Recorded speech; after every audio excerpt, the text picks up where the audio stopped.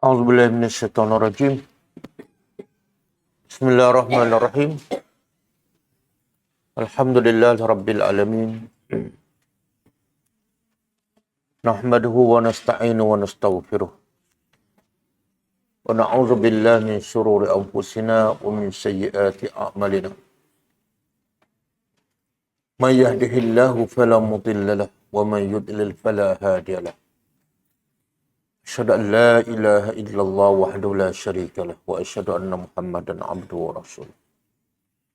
Subhanaka la ilma lana illa ma 'allamtana innaka antal alimul hakim. Allahumma 'allimna ma yanfa'una wanfa'na bima 'allamtana wa zidna ilma. Allahumma ati anfusana taqwaha wa zakkiha anta khairu man zakkaha. Anta waliyuha wa maulaha. Rabbi yassir wa la tu'assir, Rabbi tammim bil khair, amma ba'du. InsyaAllah kita sambung pengajar sirah An-Nabawiyah As-Sahihah daripada kitab karangan Dr. Akram Atiyah Al-Umari rahimahullah. Dan kita sampai ke tajuk, masih bawah tajuk hijrah. Hijrah Nabi dan para sahabat radhiyallahu anhum ajma'in ke Madinah Al-Munawwarah.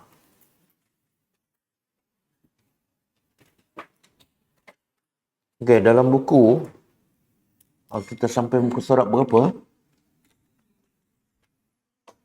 230. Yang ni sedar kan Ustaz sentuh secara ringkas. Mana kedudukan masyarakat di Madinah sebelum Nabi sampai ke Madinah. Dia ada tiga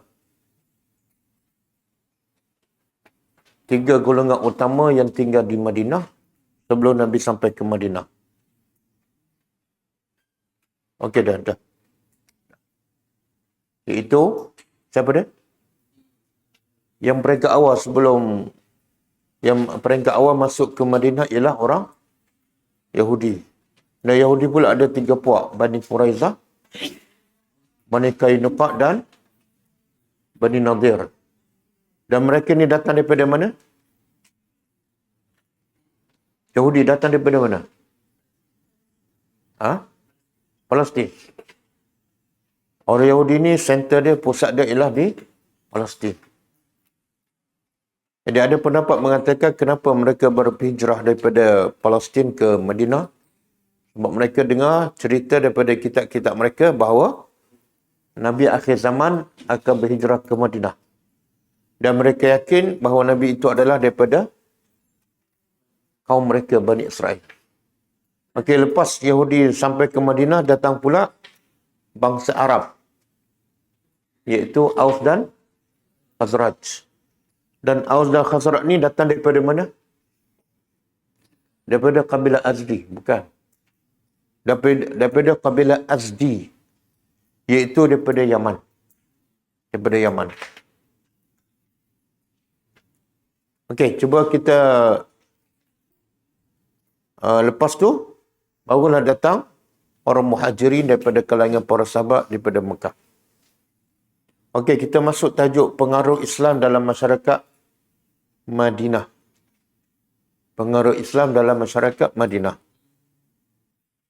Qala al-musannif rahimahullah, berkata penulis, tidak dapat dipungkiri. Apa tu pungkiri? Tidak dapat dinafikan bahawa setiap peradaban, pemikiran dan agama selalu diikuti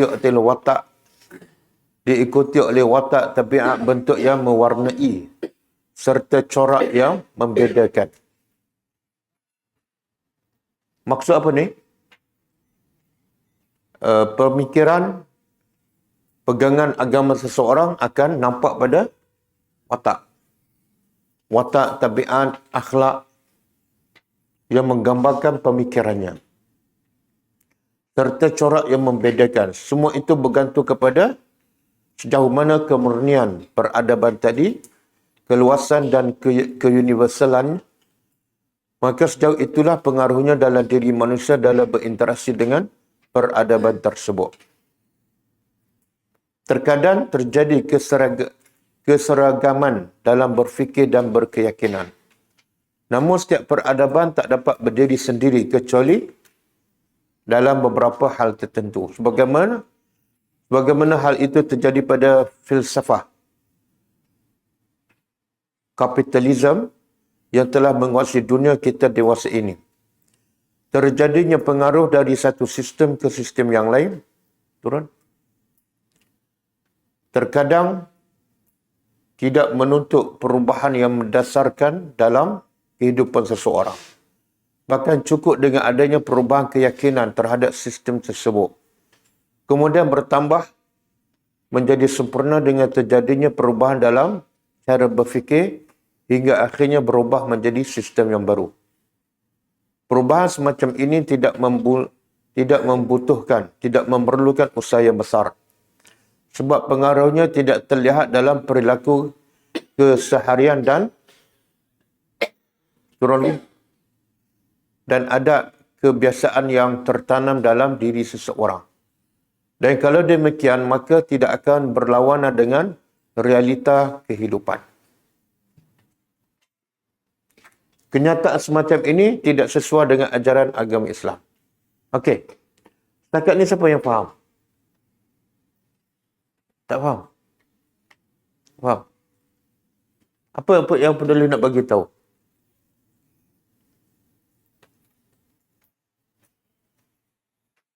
Penulis nak bagi tahu ialah biasanya pegangan pemikiran seseorang tidak membawa kepada perubahan yang besar dalam watak, tabiat dan akhlak seseorang.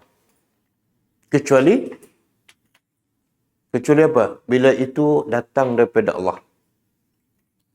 Kalau bukan datang daripada Allah, dia sekadar perubahan mungkin dari segi image, pakaian, ataupun sekadar ada adat tertentu. Tapi akhlak sama je. Sebab itulah bezanya Islam, bila Islam datang dia membawa perubahan secara total. Akidahnya, pemikirannya, akhlaknya, pergaulannya semua akan berubah. Itu Islam. Tapi kalau bukan Islam, dia mungkin sekadar berubah apa? Luaran. Kadang-kadang image pakaian. Kadang-kadang adat-adat budaya. Tapi keseluruhannya akhlak sama je. Lepas tu kita tengok akhlak orang yang tak beriman, apa saja bangsa mereka, apa saja pegangan mereka, akhlaknya lebih kurang sama. Suka rasuah, suka menipu, suka zalim. Walaupun pegangannya berbeza, bangsanya berbeza. Tapi kalau bukan daripada Islam, lebih kurang sama. Lepas tu Nabi kata apa? Nabi kata apa?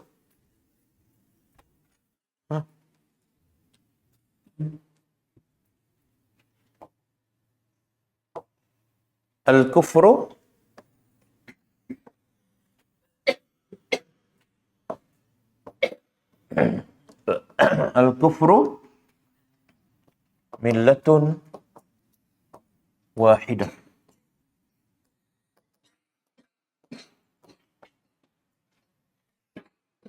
Al-kufru millatun wahidah. Apa maksud dia? Kekufuran itu adalah agama yang satu. Apa nama dia? Buddha ke, Hindu ke, komunis ke? Sebenarnya agamanya satu saja. Akhlaknya sama, mungkin berbeza cara berfikir, imej pakaian, budaya. Tapi akhlaknya sama, sebab itulah bila di akhirat tempatnya satu lubang, iaitu neraka. Berbeza dengan Islam, bila pemikiran berdasarkan Islam, berdasarkan Quran dan hadis, mesti berubah semua sekali. Bukan pakaian sahaja, cara bercakap, cara berfikir, cara bergaul, cara berurusan dengan orang Islam, dengan orang kafir, cara mendidik anak-anak, semua berubah secara total. Okey? Apa ayat yang kita belajar dalam kelas yang lepas? Islam adalah Allah kata satu celupan. Sibghatullah wa man ahsanu minallahi sibghah. Surah apa tu? Baqarah 138. Dan ada satu lagi ayat. Fitratallahi allati fataran nas 'alaiha. Itu surah apa? Rum kan? Rum. Ayat 30. Cuba buka. Surah Ar-Rum ayat 30.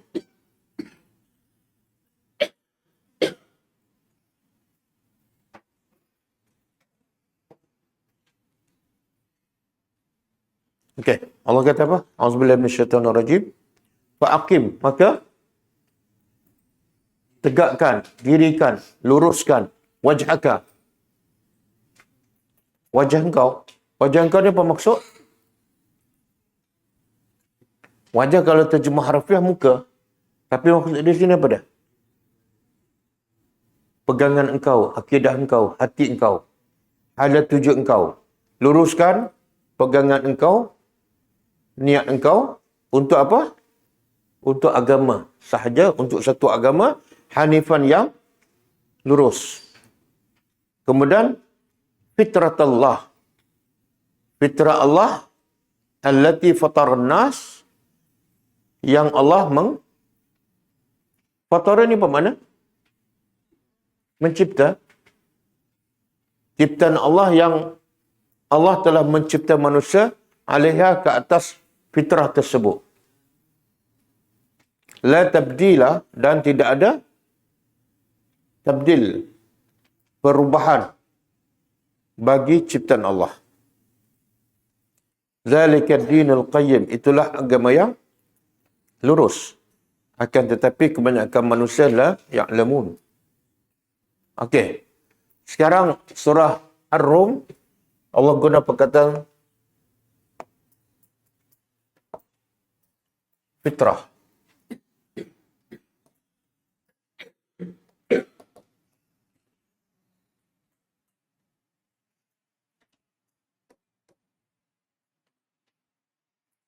Ar-Rum. Al-Baqarah, Allah guna perkataan sibghah.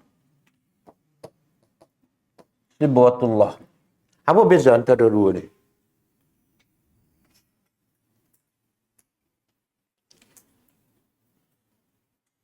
Dua-dua ayat ni kita ada tadabbur. Siapa nak cuba? Apa beza fitrah dengan sibghah?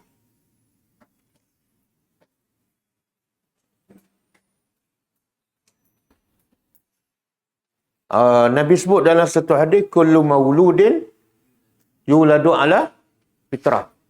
Apa maksud? Setiap anak dilahirkan dalam keadaan fitrah semula jadi. Apa maksud?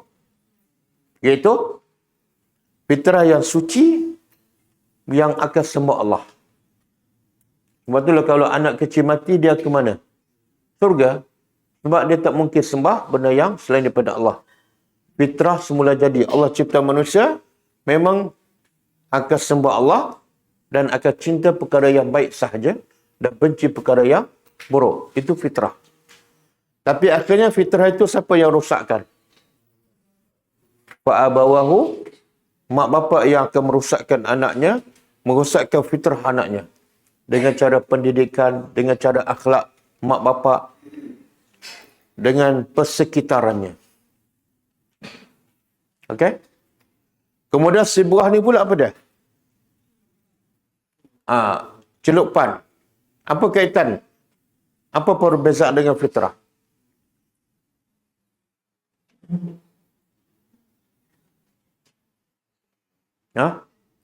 Siapa nak cuba?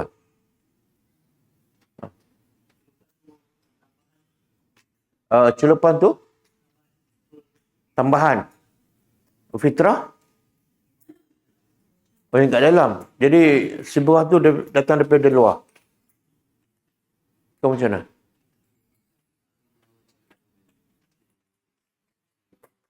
Kalau sibghah ni kita ada belajar yang kelas yang lepas. Apa makna tadi? Sebelum ni? Ialah celupan tu apa dia? Agama. Agama. Jadi Allah kata fitrah Allah suci bersih. Apa yang sesuai dengan fitrah Allah iaitu agama Allah. Tapi Allah tak kata din, agama. Allah kata sebuah. Iaitu kalau fitrah yang suci dicelup dengan agama Islam, maka akan nampak sangat berbeza dengan orang lain. Seolah kain putih dicelup warna merah. Nampak clear tak warna merah tu?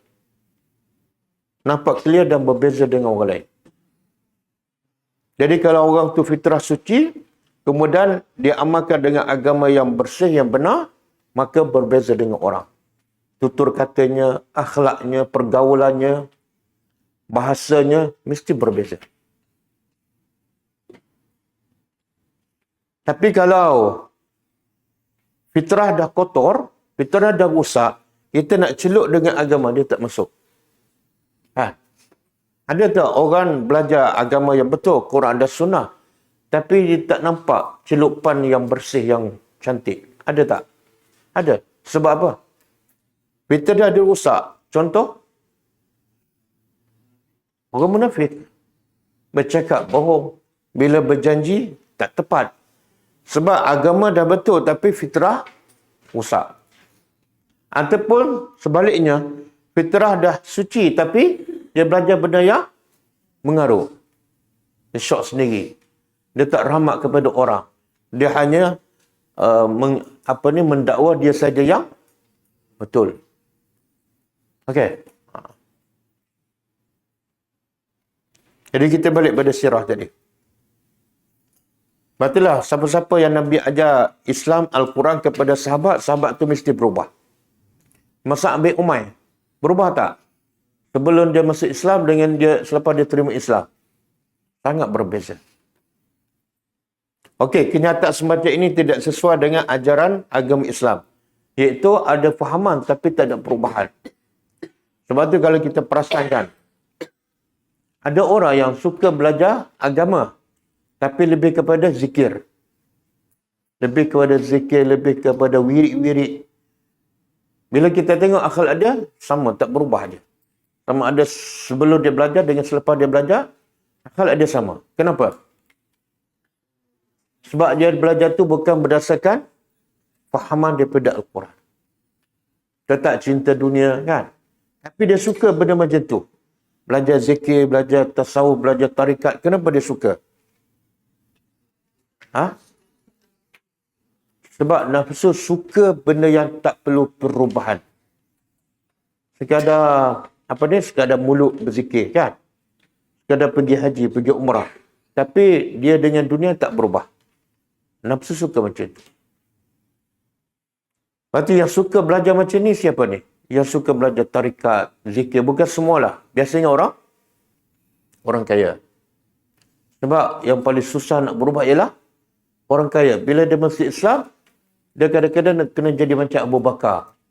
Harta dia untuk Islam. Kena jadi macam Mus'ab bin Umair.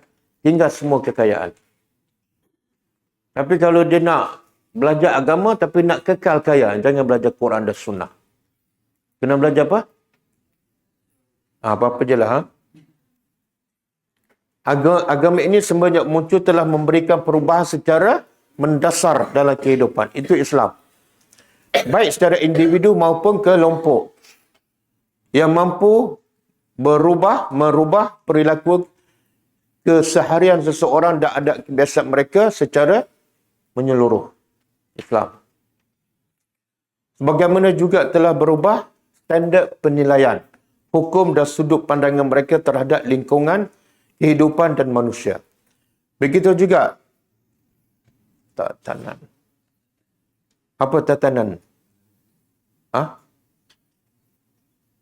Yang saya tahu Tatagan, Pulau Tatagan.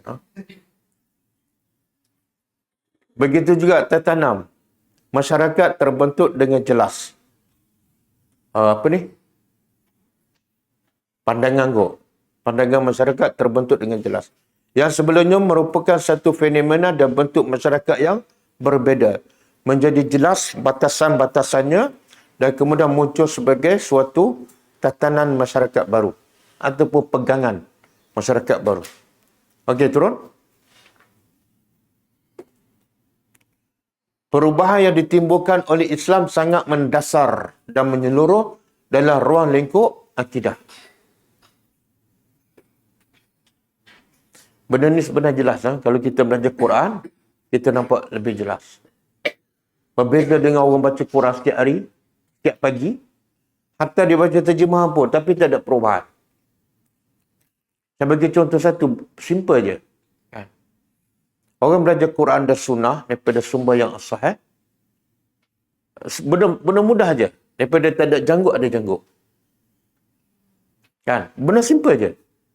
Tapi orang belajar kuliah maghrib di masjid mana-mana dan sekian lama, sampai ketua tak boleh simpan janggut. Benda mudah kan? Sebab apa? Sebab sumbernya berbeza. Dia lebih belajar apa dia? Benda-benda yang sesuai dengan jiwa dia. Siapa? Khairi dulu tak ada janggut, sekarang. Sebab apa? Dia belajar tasawuf ke dia belajar Quran? Okey.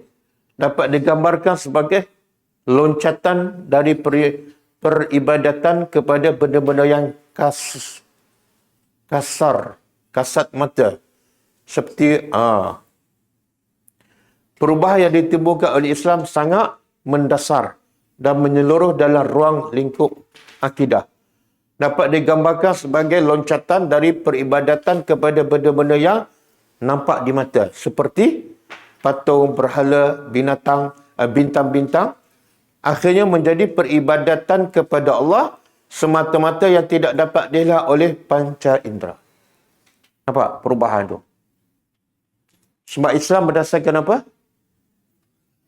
Benda ghaib. Bukan benda nampak. Berbeza dengan orang tak beriman. Semuanya berdasarkan benda yang nampak. Selagi tak nampak, dia tak beriman. Sedangkan dialah yang dapat melihat segala sesuatu. Okey. Orang-orang yang tak beriman, dia kata apa? Kenapa kamu sembah Tuhan yang tak nampak? Kan? Dan kenapa Tuhan jadikan dia tak nampak? Macam mana kita nak jawab? Kami sembah Tuhan ada kat depan, nampak, clear.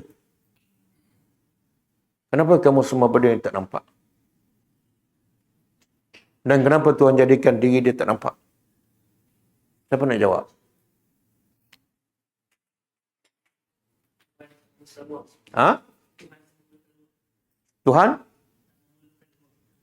Tuhan tak memerlukan ruang.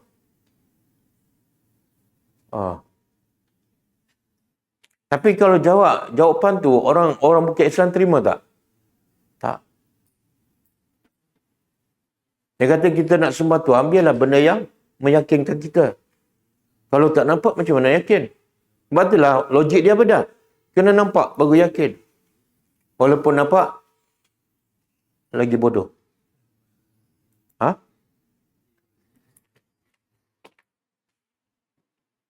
Kita nak sembah Allah, mesti yakin. Betul tak? Jadi macam mana kita nak yakin kepada yang tak nampak?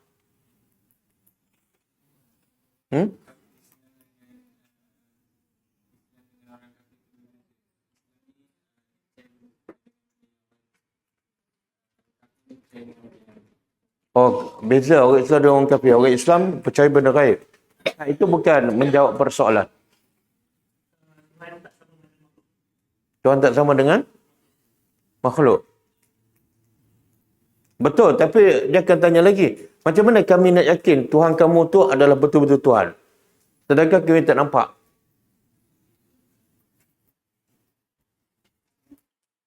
Apa? Quran, orang kafir tolak awal-awal lagi. Jangan berhujah dengan Quran.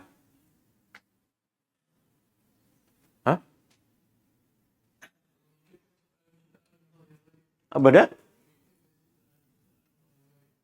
Sebenarnya antara berhala yang mereka nampak dengan Tuhan yang kita sembah tak nampak. Sebenarnya kalau fikir dari segi logik, Tuhan yang tak nampak lebih meyakinkan. Sebab apa? Tuhan bagi diri dia tak nampak, tapi dia tinggalkan tanda-tanda yang terlalu banyak dan besar yang membuktikan dia ada. Walaupun tak nampak. Apa dia? Langit. Bukan langit je. Semua makhluk daripada Allah sebagai bukti ada pencipta yang hebat. Betul? Tapi bagi siapa tu? Dia berfikir. Ada pun berhala yang kat depan mereka nampak. Tapi kalau kita berfikir, semakin jelas dia bukan Tuhan. Macam mana kamu boleh sembah benda yang kamu buat dengan tangan kamu? Sepatut Tuhan tu sembah kamu. Kan? Sebab kamu cipta dia, siapa lebih kuat? Ha? Kamu lebih kuat. Kamu yang cipta, kamu yang bawa dia. Kamu yang angkat dia bila dia banjir. Kamu yang selamatkan dia bila dia terbakar kan? Makna sepatut dia sembah kamu. Logiknya macam tu. Betul tak? Jadi Allah bagi diri tak nampak, tapi Allah nak test. Bukti aku ada memang terlalu banyak dah jelas bagi orang yang berakal. Kamu tengok apa saja? Fi khalqis samawati wal ard wa fi ikhtilafil laili wan nahar. Wa apa lagi? Afala yanzuruna ilal ibil wa ilal jabal wa ilal ardi wa ilal wa fi anfusikum. Dalam diri kamu pun ada bukti Allah tu ada dan hebat. Okey. Zat yang tidak mungkin digambarkan. Zat Allah tak mungkin digambarkan. Laisa lahu laisa kamitslihi syai'un. Dia tidak boleh digambarkan, diserupakan, diketahui hakikatnya. Jelas, clear. Namun dapat diketahui melalui sifat-sifat yang Allah sebutkan untuk dirinya dalam kitabnya dan melalui lisan Rasulnya tanpa ada penyerupaan dengan makhluknya.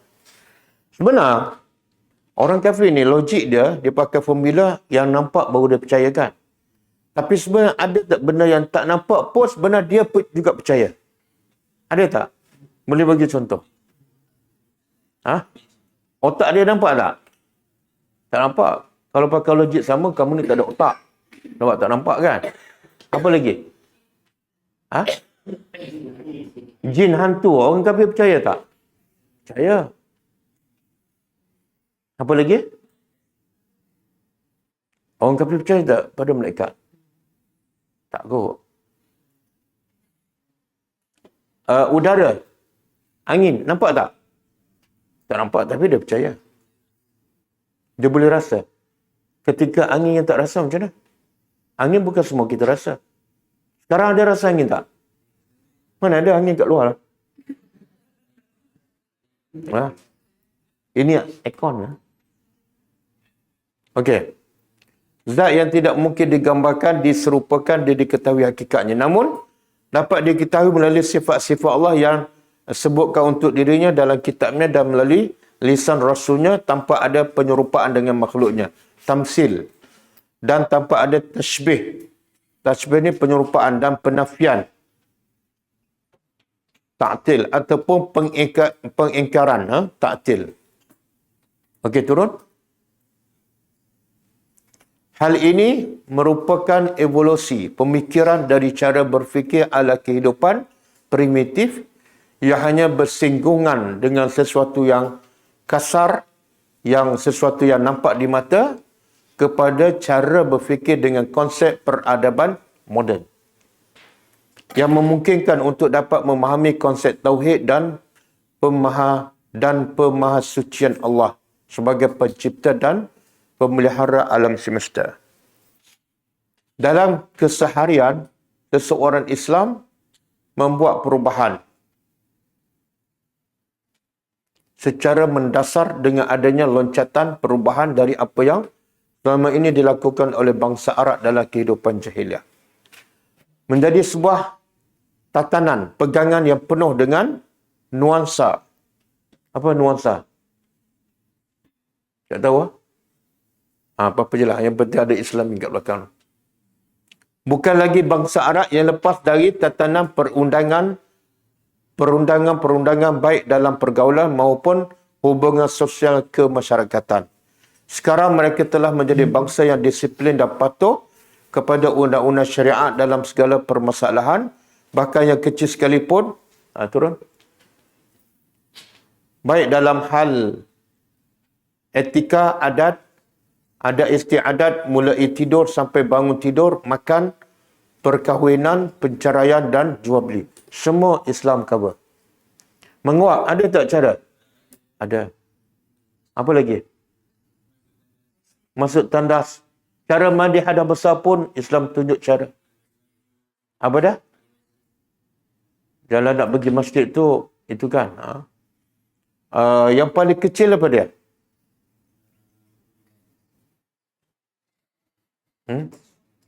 Makan. Apa dia? Ambil tangan kanan. Ambil yang paling dekat. Benda paling kecil pun Islam cover. Tak ada agama yang paling lengkap selain pada Islam. Bahkan yang kecil sekalipun, baik dalam hal etika ada istiadat mulai tidur sampai bangun tidur, makan, perkahwinan, perceraian dan jual beli. Sebab ada istiadat yang telah mendarah daging dalam diri seseorang akan sangat sulit untuk dihilangkan dan kemudian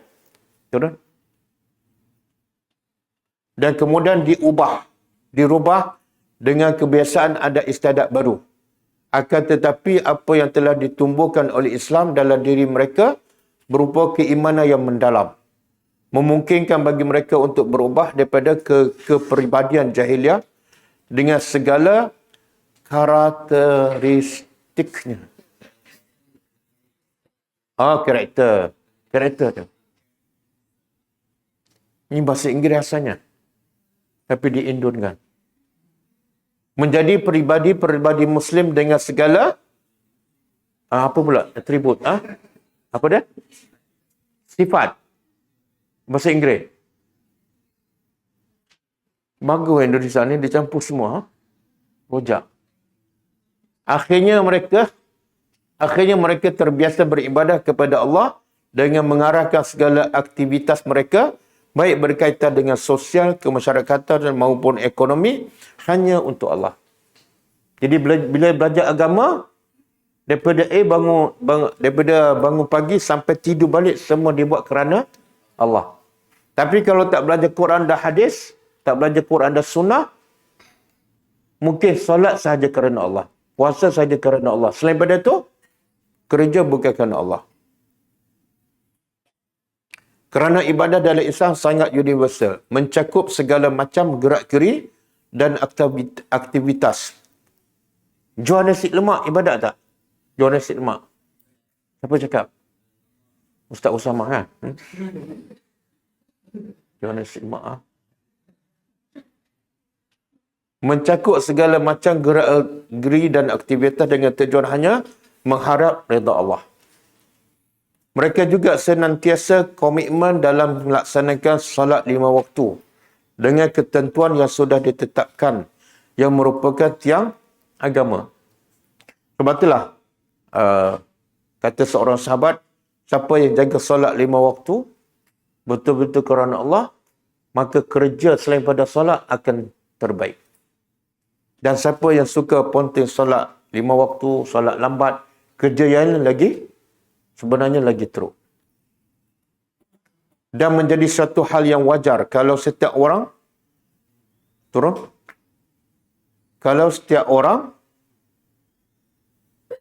akan mengalami masa-masa jenuh dan akan berusaha dengan sekuat tenaga untuk lepas dari tugas dan kewajipan.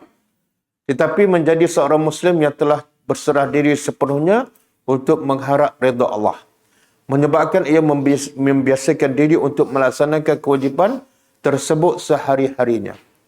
Jadi akhirnya orang beriman dia akan buat semuanya untuk mendapat. Bila semua dia buat untuk dapat redha Allah, dia akan buat apa yang terbaik. Dia tak akan buat cincai. Walaupun makan. Walaupun nampak kerja macam kerja dunia. Apa hadis tu? Allah sangat cinta apabila seseorang itu melakukan amalan, dia buat amalan yang itqan. Innallaha yuhibbu idza amila ahadukum an amila amalan an yutqinah. Membuat cara yang paling itqan, paling terbaik. Okey, wa amr ahlaka bis-salah. Contoh. Ni, tulis nota. Kalau orang beriman dia akan buat nota tu kalau buat nota terbaik, Allah suka tak? Suka tak? Kalau nota tak lengkap, Allah tak suka. Betul? Tapi kalau kita jadi orang beriman, kita nak redha Allah. Kita nak cinta Allah. Maka kita akan buat semua terbaik. Allah berfirman untuk menjelaskan bahawa dalam pelaksanaan solat membutuhkan kesabaran. Ibadat kepada Allah, kalau nak terbaik, perlukan satu benda. Apa dia? Sabar.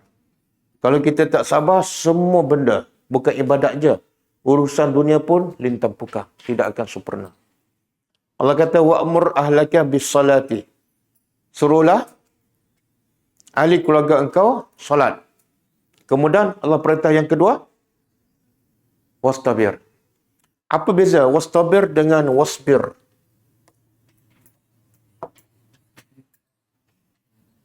Wasbir. Apa beza?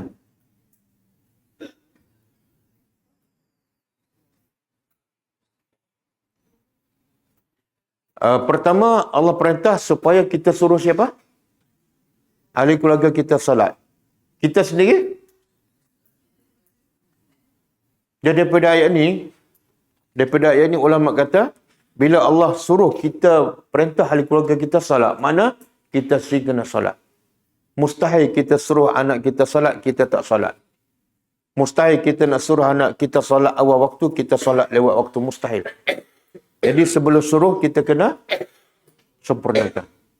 Kemudian, lepas suruh, kita nak salat, perlu sabar tak? Perlu sabar. Tapi bila kita nak suruh orang kedua, khususnya anak, untuk salat, sabar tu kena lagi tingkat. Itu makna wastabir. Tak cukup wasbir.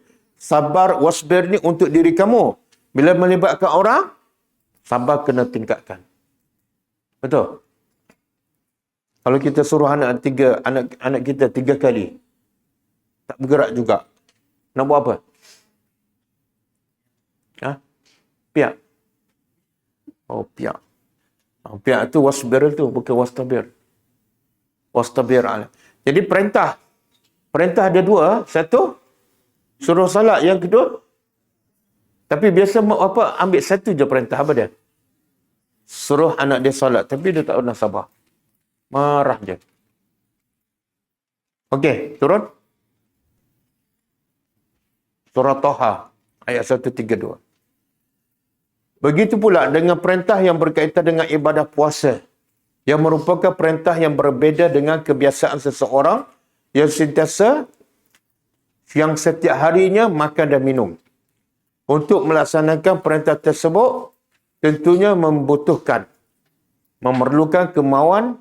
kemahuan kehendak yang keras, yang kuat. Okey? Solat tadi perlukan apa? Sabar. Dan kalau nak suruh anak kita, perlukan tingkatkan kesabaran. Yang kedua, puasa. Puasa perlukan apa pula? Allah nak uji kita dari segi apa ni? Tinggal benda yang kita suka, iaitu makan. Kerana Allah. Tinggal benda yang kita suka kerana Allah.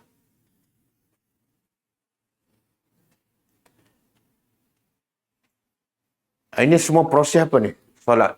Puasa. Tinggal benda yang kita suka untuk apa? Untuk apa?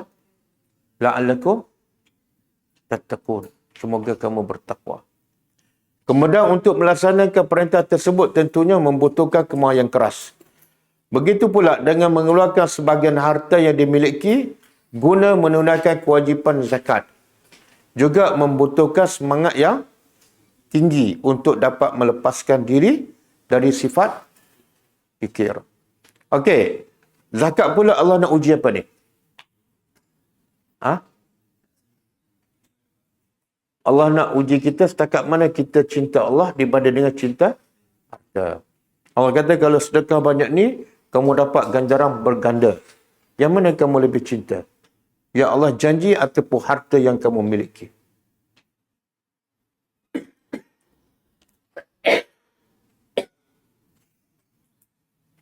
Jadi apa beza puasa, ibadat puasa dengan ibadat zakat?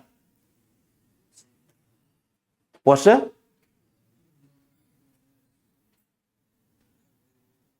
Jangan ambil yang kamu suka. Jangan ambil yang kamu suka. Kamu suka apa? Makan. Zakat, bagi yang kamu suka. Dua benda yang berbeza.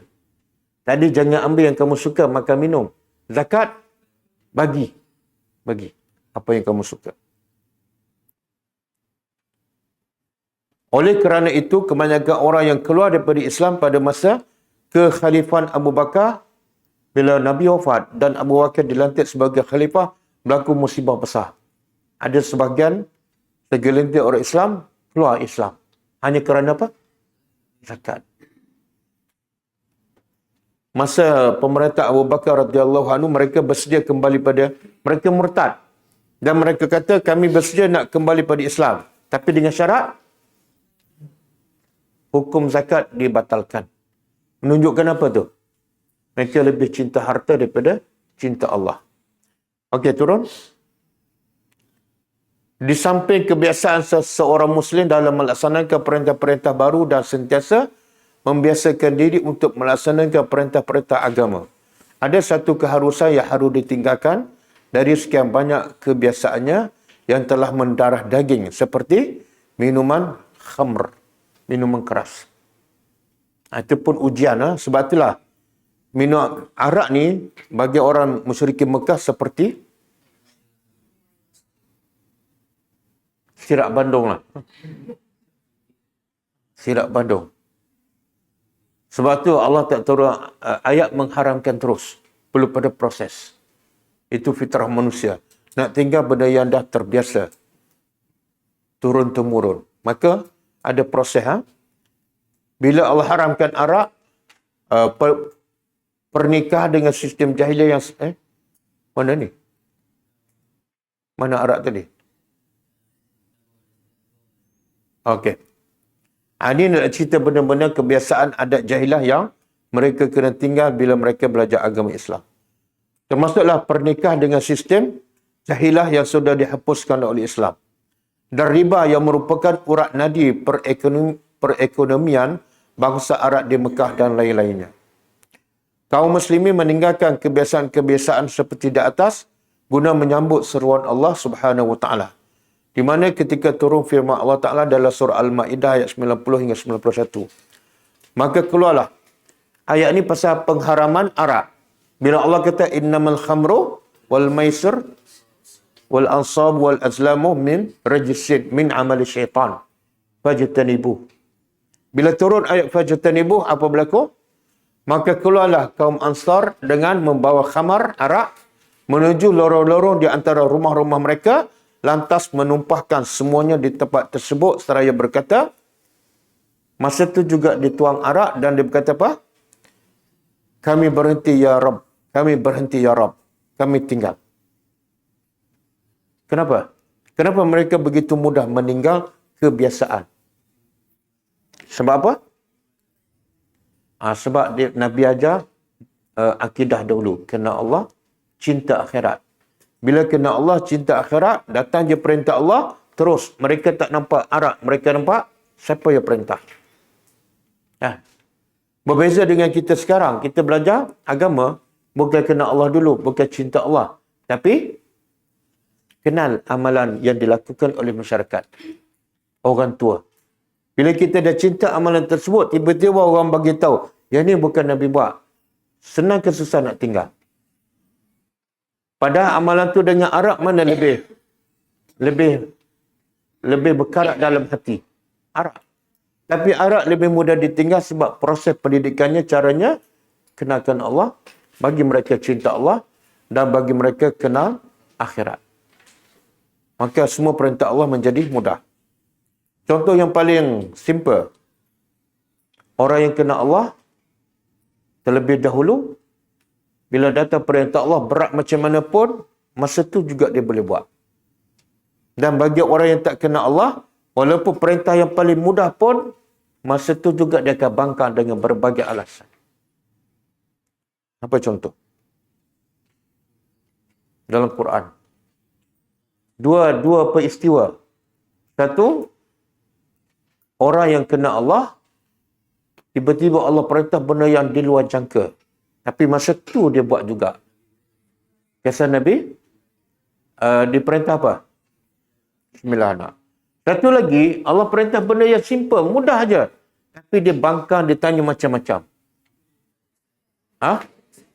Bani Israel Allah perintah 9 lembu. Kalau ikut logik akal, yang mana lebih mudah dia laksanakan?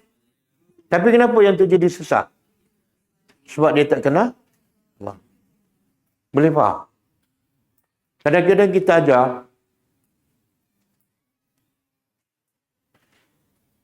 apa? Contohlah, kita kata lepas salam, Nabi hanya baca astagfirullah, astagfirullah, astagfirullah. Pendek tak? Yang biasa orang baca apa dah? Tak, alhamdulillah dulu. Alhamdulillah allazi apa dia? Fauzi hafal tu. Tapi rasa Fauzi dah tinggalkan. Oh, tak hafal? Panjang kan? Kita kata yang Nabi baca, pendek je. Astagfirullah, astagfirullah. Mudah tak untuk mereka tinggal? Daripada panjang kepada pendek? Tak. Susah. Jadi maksudnya apa? Nafsu manusia ni bukan nak yang senang. Bukan nak yang pendek, tapi nak yang sesuai dengan nafsu, walaupun panjang.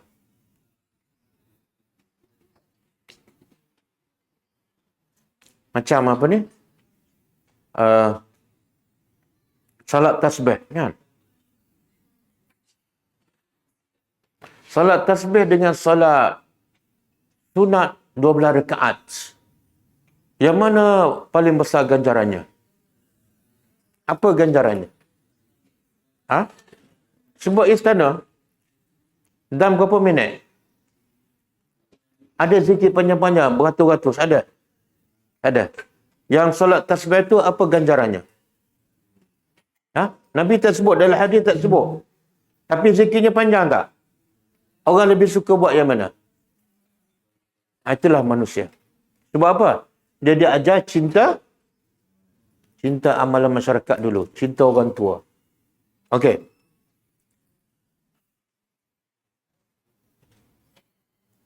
Kebiasaan minum khamar yang telah mereka tinggalkan merupakan khamar, ni tahu tak?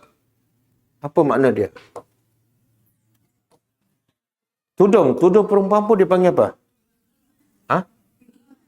Himar kan? Himar. Arab pun daripada perkataan yang sama. Khamru. Ada kaitan? Yang ni tutup kepala. Yang ni bila minum arak tutup akal.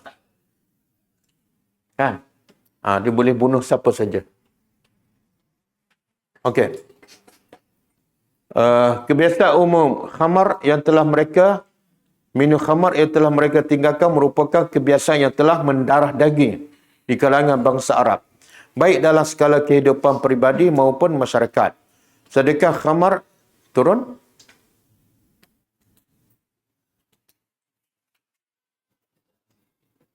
Yang mana ni?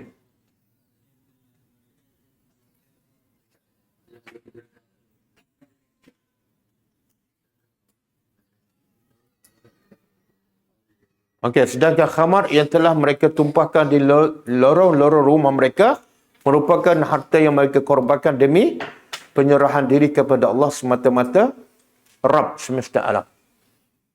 Bangsa Arab tidaklah tunduk kepada suatu negara tertentu. Persatuan kesatuan baik dalam bentuk politik dan sosial kemasyarakatan terangkum dalam kabilah. Sedangkan negara-negara kecil yang tumbuh dan okey, kita turun lagi. Ini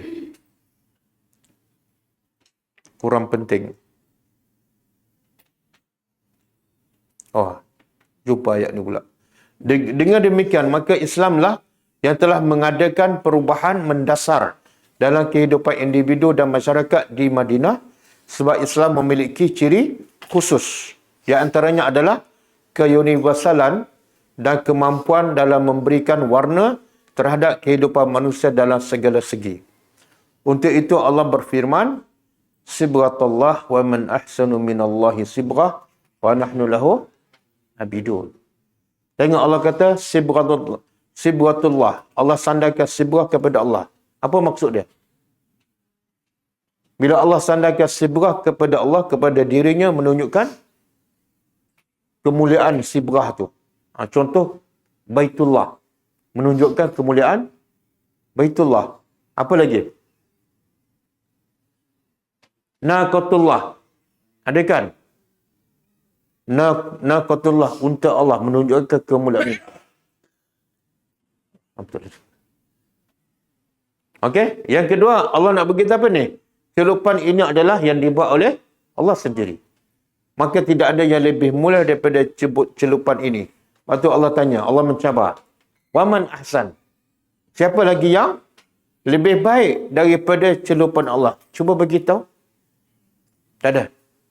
Dan celupan Allah ni, akidah dia, akidah apa dia? Tasawuf dia? Fiqah dia? Tak ada. Sibghatullah. Kemudian, wa nahnu lahu, kami hanya kepada Allah beribadat, menyembah. Okey. Dan kita akan berusaha mengetahui dampak, kesan daripada perubahan yang universal tersebut dalam pembahasan berikut ini. Turun. Okey, hijrah dan pengaruhnya dalam pembentukan masyarakat Madinah. Bukan masyarakat Madani, ya. Madinah. Kaum Muhajirin tiba di Madinah sebelumnya bernama Yathrib. Mereka berasal daripada kabilah Quraisy yang berbeza-beza. Orang Muhajirin ini berasal daripada Quraisy. Hijrah ini telah berlangsung sehingga akhirnya menjadi sebuah kewajipan bagi kaum muslimin yang baru masuk Islam dan berada di semenanjung Arab. Jadi hukum hijrah ketika itu adalah wajib. Perintah ini terus berlanjutan, kewajipan ini berterusan sampai bila? Sehingga peristiwa pembebasan kota Mekah yang terjadi pada tahun 8 Hijrah. Bila Nabi buka kota Mekah, hijrah telah berakhir. Sejak itulah perintah hijrah ke Madinah telah berakhir. Hijrah merupakan peristiwa besar yang kemudian dijadikan sebagai titik awal penanggalan kalender Hijriah yang dilakukan oleh Khalifah kedua Umar bin Al-Khattab radhiyallahu anhu. Okey, turun.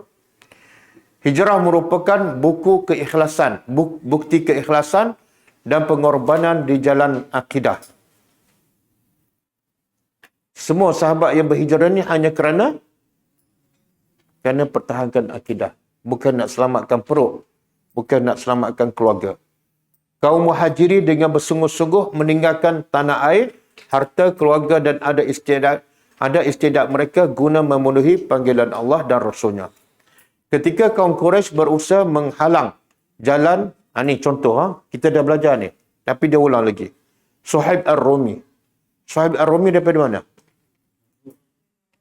Dari Rom. Rom sekarang kat mana? Rom sekarang kat mana? Itali lah.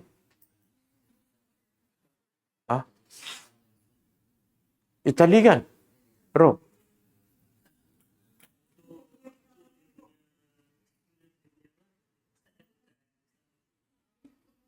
Iya ke? Istanbul, Turki. Oh. Kalau Parsi, Iran. Okey.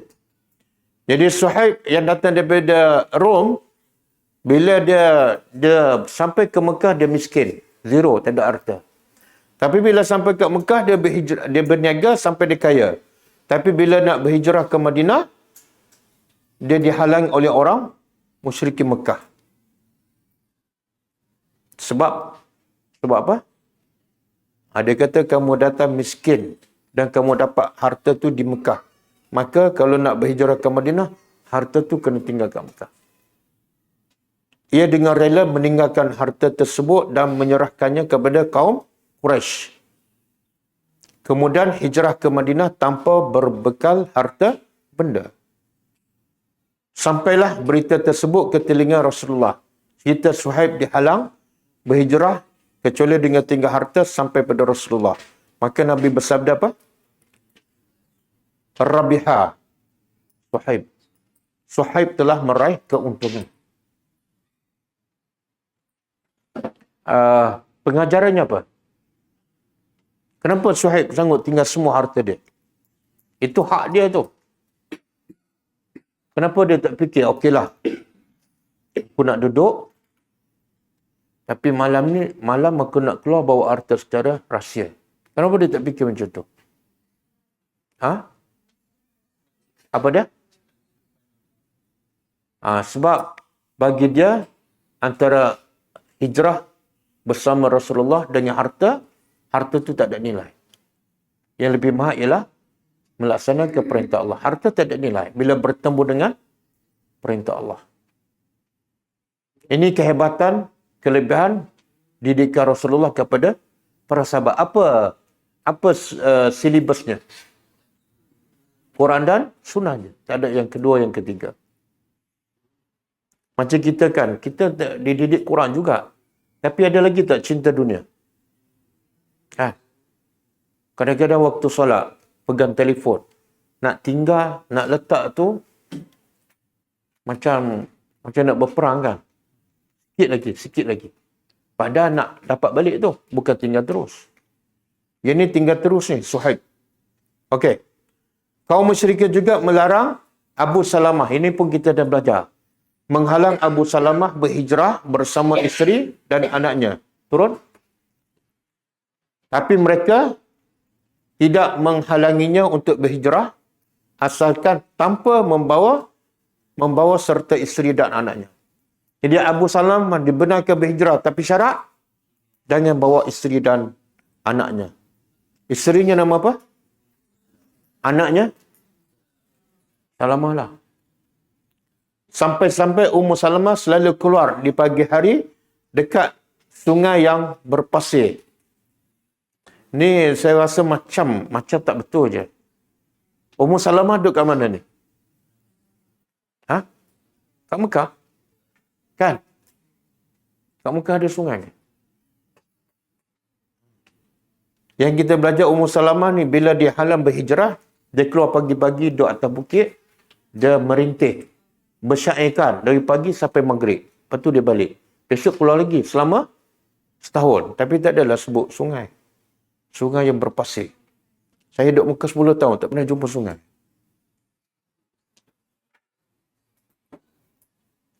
Ataupun mungkin sungai buat tanggul. Duduk menangis sampai sore hari.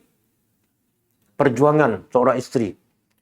Ummu Salamah boleh tak buat pilihan? Okey, suami aku dah tinggal, aku nak hidup cara aku di Mekah. Boleh tak? Boleh. Tapi dia tetap menangis sebab tak boleh hijrah ikut Nabi SAW. Hingga akhirnya ia bisa berhijrah ke Madinah bersama anaknya serta bisa berjumpa lagi dengan suaminya setelah berpisah setahun. Dia semua ni tak mungkin berlaku kalau mereka tak dididik dengan Al-Quran dan cinta Allah dan cinta akhirat. Tak mungkin dapat dilaksanakan. Bukan mudah ni. Demikianlah hijrah sentiasa berada dalam situasi yang sulit, di mana hal itu merupakan pemurnian, pembersihan keimanan bagi orang-orang mukmin sebagai ujian terhadap kekuatan akidah mereka dan sebagai sarana untuk menjauhkan iman mereka dari unsur-unsur, turun sikit, material. Semua tu proses. Allah boleh tak mereka ni berhijrah dengan senang dan bawa harta sekali? Boleh tak? Boleh je. Tapi kenapa Allah buat ujian macam tu? Apa dia? Tak, Allah nak bersihkan hati para sahabat ni. Tak ada sikit pun cinta dunia, cinta tanah air. Semua hanya cinta pada Allah. Itu satu proses. Dan sungguh peristiwa hijrah menjadi bukti kebersihan dan kemurnian tarbiyah yang dilakukan Rasulullah SAW terhadap para sahabat radhiyallahu anhum ajma'in. Sehingga pada akhirnya mereka berhak untuk menjadi khalifah, pemimpin di muka bumi. Inilah yang paling layak memimpin dunia, iaitu orang yang bersih hatinya daripada cinta dunia. Walaupun 0.001% pun tak ada. Yang ada hanyalah cinta Allah. Dengan menegakkan syariat Allah dan perintah-perintahnya serta melaksanakan tugas jihad di jalannya. Dan mereka lah yang ikut andil. Andil apa dia? Mereka lah yang ikut andil. Google. Yang ikut andil dalam terbentuknya negara Madinah Munawwarah. Ini trust yang menegakkan negeri Islam di Madinah, yang mempertahankan negeri Islam di Madinah. Siapa ni? Ni. Yang telah dibersihkan hati mereka daripada cinta dunia. Kongsi. Kongsi. Dan mereka lah yang ikut kongsi, betul. Ikut berkongsi, bermusyarakah dalam terbentuknya negara Madinah Munawwarah. Di mana sebelumnya mereka hidup dalam keadaan tertindas hingga timbul rasa takut akan adanya perlecehan terhadap akidah mereka. Okey. Cuba buka teks Arab, muka surat 400. Kita nak sebut antara penulis buku Dr. Ali Salabah, dia sebut ciri-ciri sifat-sifat muhajirin yang Allah puji. Sifat-sifat muhajirin yang Allah puji sehingga mereka menjadi khairu ummatin.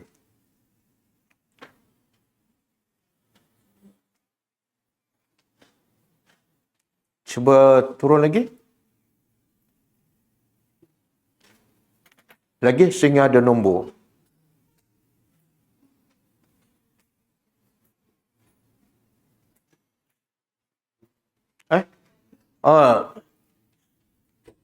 Atas. Sebelum ni lagi, sebelum. Lagi.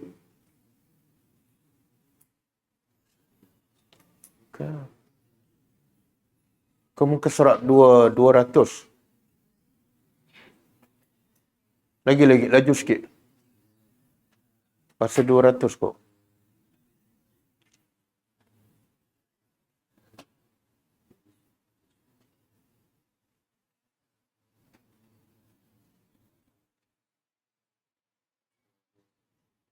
Okey, turun balik.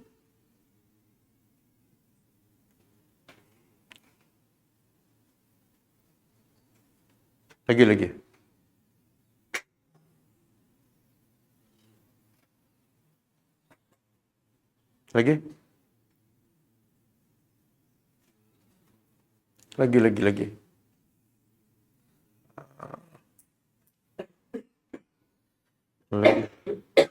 Sehingga ada nombor.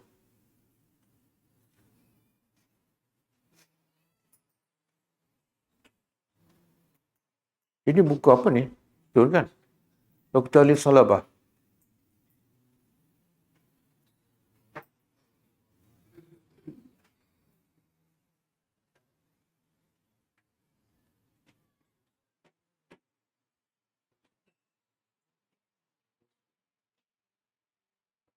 Kejap.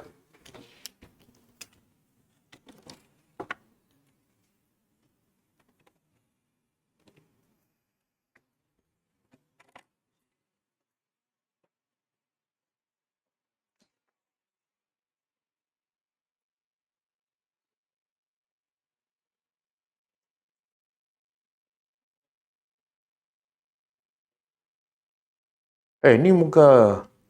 Betul lah, muka surat 400. 401. Cuba tengok, 401.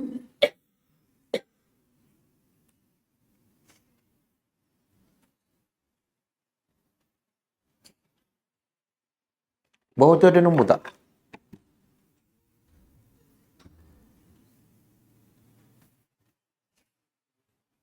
Nombor tak sama.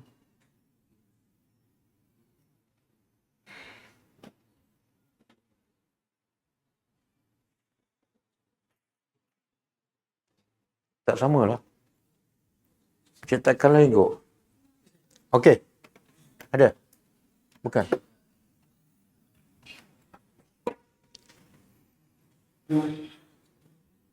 Okey, tak apa. Saya baca kat sini. Sifat-sifat istimewa yang ada pada muhajirin sehingga mereka dipuji oleh Allah as-sabiqun al-awwalun, orang-orang yang terdahulu. Pertama, ikhlas. Mereka buat sepenuhnya ikhlas kerana Allah. Tidak ada langsung kerana dunia, kerana terpaksa, kerana keluarga. Dalilnya dalam surah yang biasa kita belajar, surah Al-Hasyr ayat 8. surah Al-Hasyr ayat 8. Iaitu lil fuqara'il muhajirin allazina akhriju min diyarihim wa amwalihim yabtaghuna fadlan min Allah. Itu bukti mereka tu ikhlas kerana Allah. Dan yang kedua, sabar. Sifat kedua, sifat terpuji orang muhajirin ialah mereka sabar dalam menghadapi ujian. Dalilnya surah An-Nahl ayat 41 dan 42. Mereka sabar dalam menghadapi semua ujian. Walaupun ada terpaksa berlapar, ada terpaksa diseksa. Yang ketiga, mereka bersifat benar. Mereka bersifat benar dalam perkataan dan perbuatan. Tak ada pura-pura. Perbuatan mereka sama dengan perkataan, perkataan mereka sama dengan perbuatan. Dalilnya surah Al-Hasyr juga ayat 8. Ulaika humus sadiqun. Mereka itulah Allah puji. Mereka itulah orang yang benar-benar beriman. Dibuktikan dengan hijrah mereka. Yang keempat, sifat keempat ialah jihad dan pengorbanan. Mereka bukan korban harta saja, tapi nyawa, kerehatan, korbankan keluarga, jihad dan pengorbanan. Dalilnya surah At-Taubah ayat 20. Allazina amanu wa hajaru wa jahadu fi sabilillah bi amwalihim wa anfusihim a'zamu darajatan indallah. Surah At-Taubah ayat 20.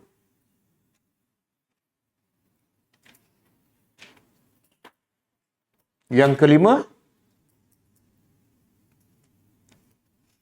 sifat kelima orang muhajirin ialah hidup mereka semuanya adalah untuk menolong agama Allah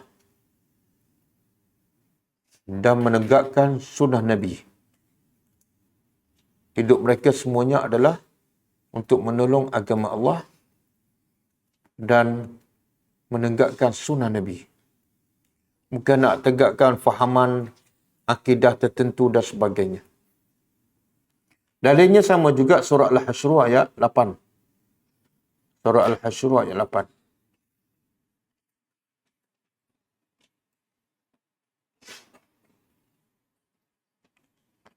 Yang keenam, sifat keenam, tawakal sepenuhnya kepada Allah. Kalau mereka tak ada tawakal ni, mereka tak akan berhijrah ke Madinah. Tawakal sepenuhnya kepada Allah. Dalilnya surah An-Nahl ayat 42. Tawakal sepenuhnya kepada Allah. Dalilnya surah An-Nahl ayat 42. Allazina sabaru wa ala rabbihim yatawakkalun.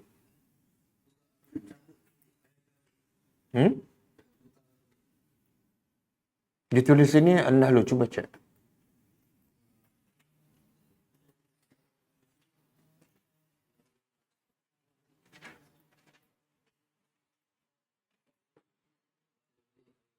Betul kan? An-Nahl.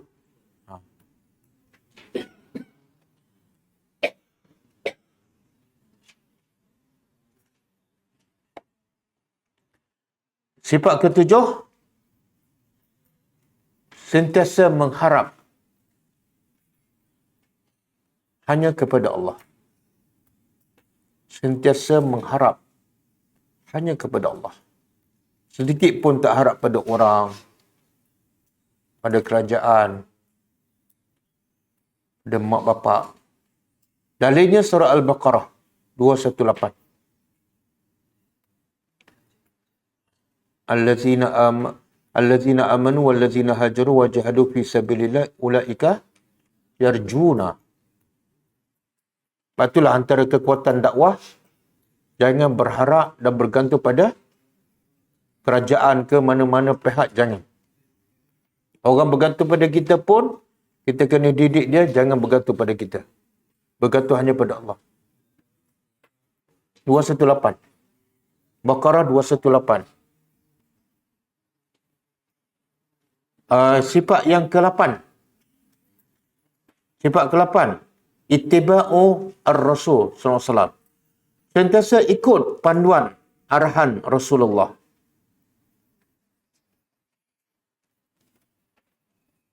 Tak adalah dalam 20 tu, satu dia tak ikut. Tak ada. 20 arahan, 20 dia ikut. Dalilnya surah At-Taubah. Ayat 117.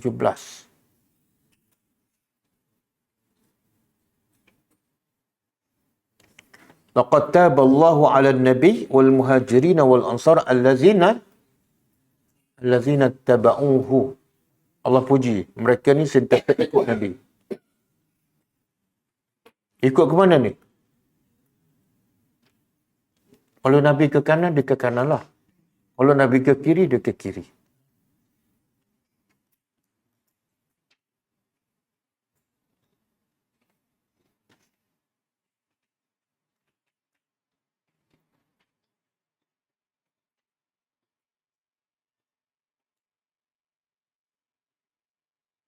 Yang ke berapa? Yang ke-9,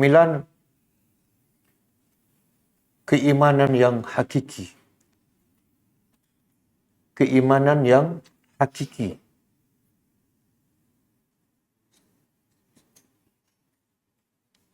Iaitu iman yang sebenar-benar iman. Dalilnya surah Al-Anfal. Surah Al-Anfal ayat 74. Wallazina amanu wa hajaru wa jahadu fi sabilillah wallazina awaw wa nasaru ulaika humul mu'minuna haqqan. Itu iman yang sebenar.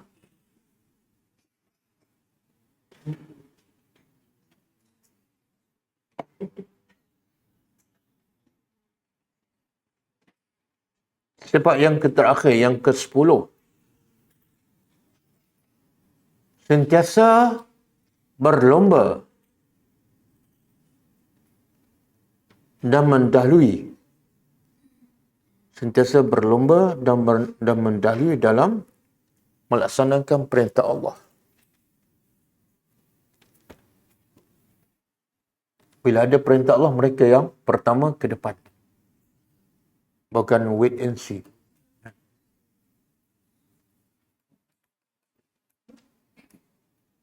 Okey, 10 sifat semua ada dalil.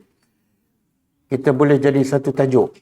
Ciri-ciri orang muhajirin yang Allah puji. Inilah tonggak tertegaknya negara Islam di Madinah dan tersebarnya Islam daripada Madinah. Dalil yang ke-10? Ayat surah At-Taubah ayat 100. At-Taubah 100. Was-sabiquna al-awwaluna minal muhajirin wal ansar. At-Taubah ayat 100. Wallahu a'lam. Cukup? Jadi pendakwah kita pun kena ada sifat ni. 10 sifat ni.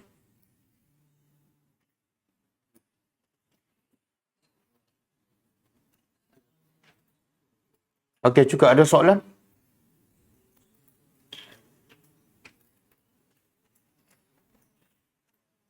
Tak ada. Kalau tak ada, kita tutup dengan membaca tasbih kafarah. Subhanakallahumma wa bihamdika asyhadu an la ilaha illa anta astaghfiruka wa atubu ilaik. Assalamualaikum warahmatullahi wabarakatuh. كتاب الله ترق جنانه